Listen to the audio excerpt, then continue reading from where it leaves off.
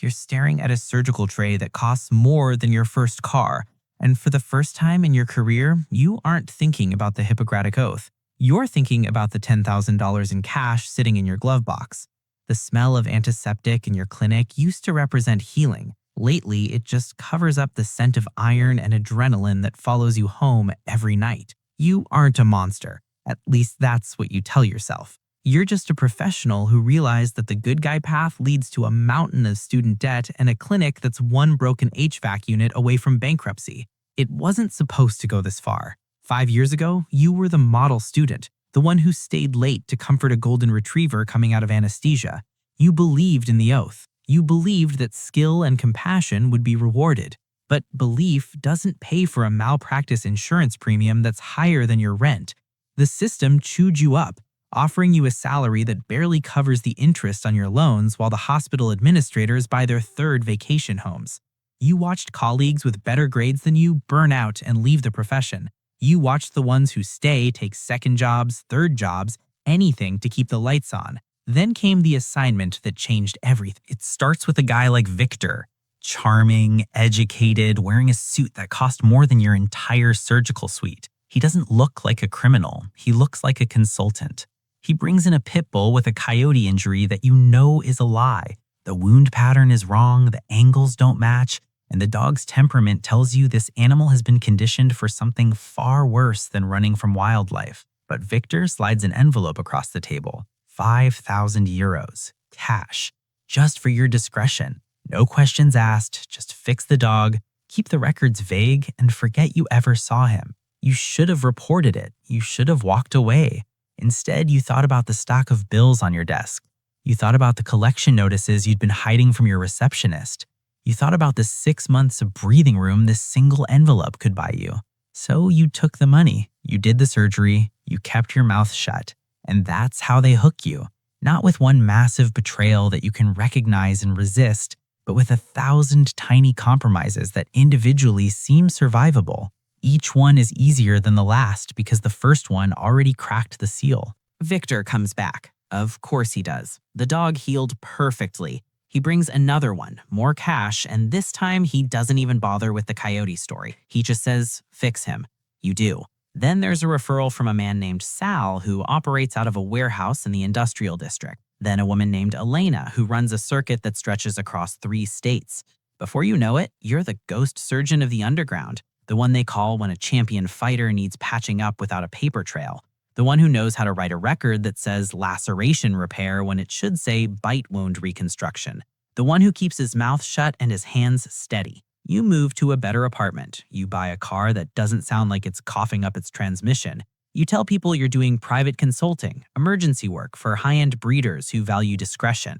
Your partner at the clinic is a guy named Ethan, annoyingly moral, the kind of vet who still reads the oath on the wall like it means something, who still believes that the profession is about service, not survival. Ethan starts noticing things.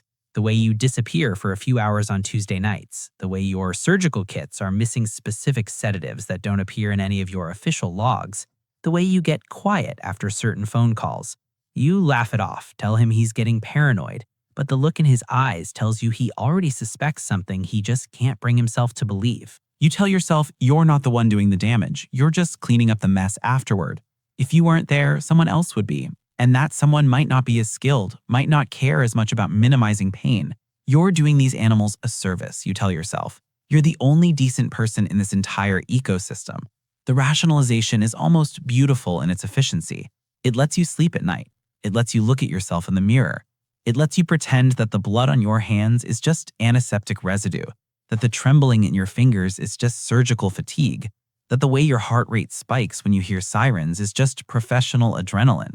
Then comes the complete harvest moment. The cartel organizers, not Victor anymore, but men who don't introduce themselves, don't smile, don't pretend to be anything other than what they are, bring you a champion dog, a fighter that's generated hundreds of thousands in bets.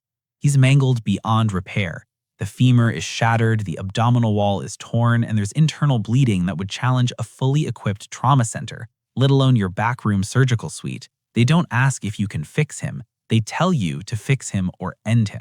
And then one of them pulls out his phone and shows you a photo of Ethan walking into the clinic that morning. The timestamp is from 2 hours ago. They've been watching. They've always been watching. The message is nuclear clear. You don't just belong to them now. Everyone you care about is collateral. Everyone who could expose you, who might talk to the authorities, who might even accidentally mention something to the wrong person, they're all leverage. You realize in that moment that you aren't a freelance contractor making ethical compromises. You're owned. You've been owned since the first envelope.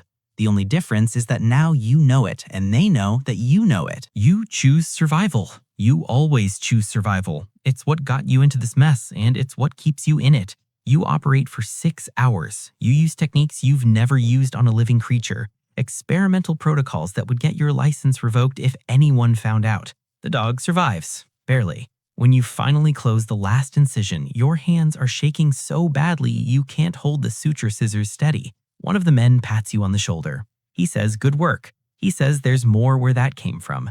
You don't hear the words. You're already thinking about Ethan. The next week, you frame him. It's shockingly easy. You use his credentials to log the narcotics you've been stockpiling for the underground cases. You enter them into the controlled substance database under his ID during hours when he's out of the building. But the system doesn't track who was physically present, only who logged in.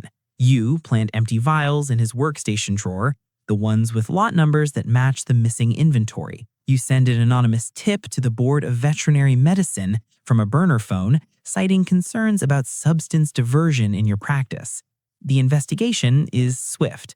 Ethan is called in, questioned, suspended. He protests his innocence, but the evidence is stacked against him. The records don't lie. The missing drugs are in his drawer. His credentials were used.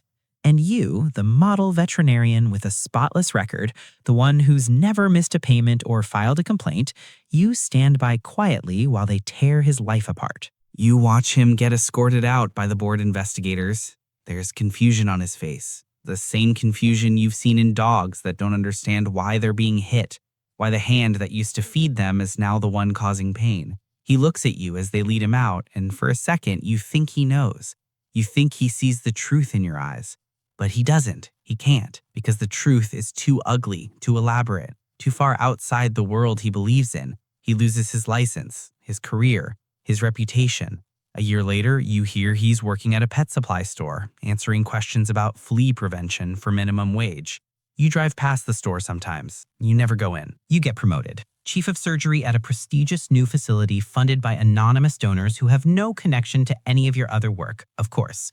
Your office has windows. Your name is on the door. You attend conferences where you give talks about ethical veterinary practice, about the sanctity of the profession, about the importance of upholding standards in an industry increasingly compromised by corporate interests. You say these words without irony. You say them while the scar tissue on your conscience thickens into something you can almost ignore. The irony is perfectly grotesque. You're now the guy running the department that's supposed to catch people exactly like you. You sit in meetings where cases of suspected abuse are reviewed, where other veterinarians present evidence of animals that have been fought, mutilated, discarded. You nod along, offer professional opinions, suggest courses of action that lead nowhere. You know the perpetrators. Sometimes you've worked on their animals. Sometimes you've stood in the same rooms as them, held the same scalpels, breathed the same air thick with fear and blood and adrenaline. And every time you leave those meetings, you go back to your office, close the door, and sit in the dark until the shaking stops.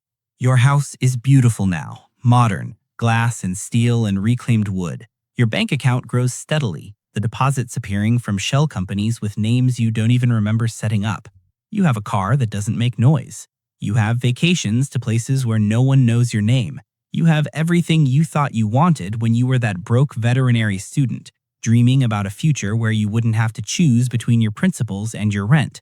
But betrayal doesn't feel like a single moment. It doesn't feel like a decision you made once and can move past. It feels like a low, constant hum that gets louder at night, when the office is empty, when the city quiets down, when there's nothing left to distract you from the math you've been doing in your head for years. Here's the math. Ethan is gone. His career is destroyed. His marriage fell apart 6 months after the investigation. The strain of his unemployment and public shame too much for his wife to bear.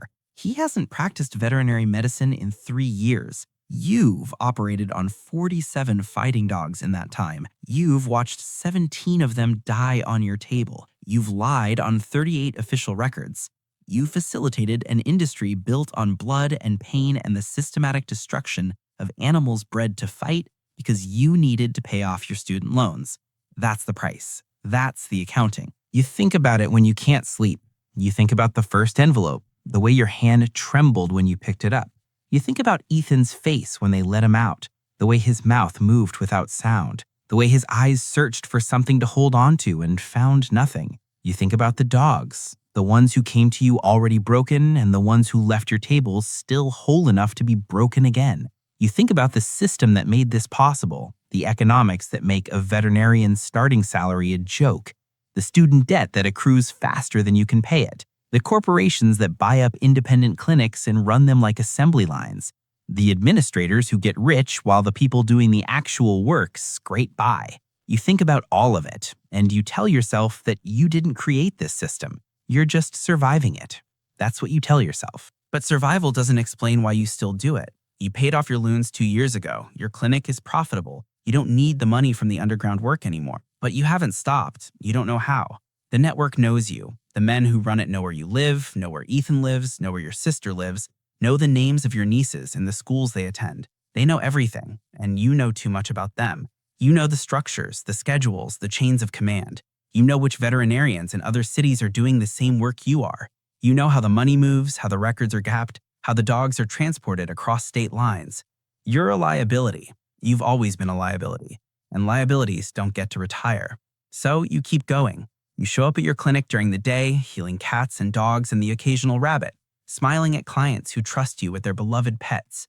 You attend your board meetings, your ethics conferences, your fundraising galas where you rub shoulders with people who would recoil if they knew what your hands really do. And when the phone rings at night, the one with the untraceable number, you answer it. You always answer it. Because somewhere along the way, the line between victim and perpetrator blurred beyond recognition. You're not the person who got hooked by an envelope of cash anymore.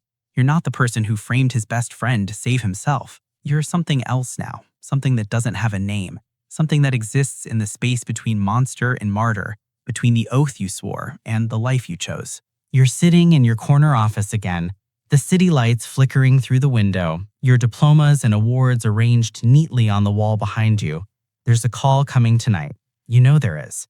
The telltale weight of it sits in your chest hours before the phone rings. You've memorized the patterns. A big fight, a championship. The winner will need patching up, and the loser will need something else entirely. You'll do what you always do. You'll prepare the surgical suite, lay out the instruments, run through the procedures in your head. You'll tell yourself it's just medicine, that you're helping animals that would suffer more without you, that someone else would do it if you didn't. You'll believe it, maybe, for a few hours. Then you'll come home, wash your hands until they're raw, and sit in the dark until the shaking stops. The phone rings at 11:15. You let it ring 3 times before you pick it up. The voice on the other end is familiar. He asks if you're ready. You say you are. You always say you are. Because the alternative is a world where you'd admitted years ago that the line you told yourself you'd never cross was already a mile behind you. The alternative is looking at Ethan's face in the mirror every morning instead of your own. The alternative is impossible. So you grab your bag. You lock your office door. You walk through the empty clinic, past the exam rooms where you used to dream about a different kind of future, past the surgical suite where a golden retriever once licked your hand after waking up from anesthesia, past the reception desk where the collection notices no longer arrive. You step out into the night, and you don't look back.